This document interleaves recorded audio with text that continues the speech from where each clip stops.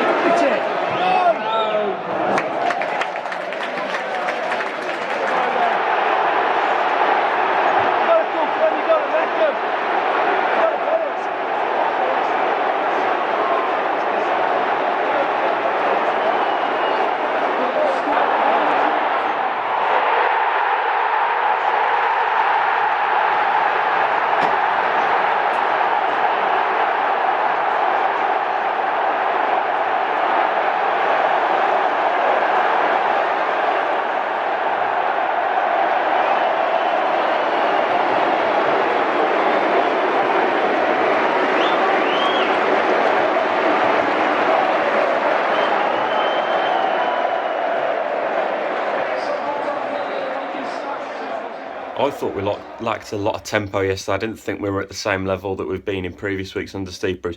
But I think we always sort of expected that eventually that we'd be at the stage where we would lose a game. And it just hadn't happened to be yesterday. I think ideally, obviously, we'd have liked the win. But I think that it gives us something else now, though, to look into in terms of formation, in terms of the way we're going to set up. Because I think we tried to compromise too much to what Leeds were doing.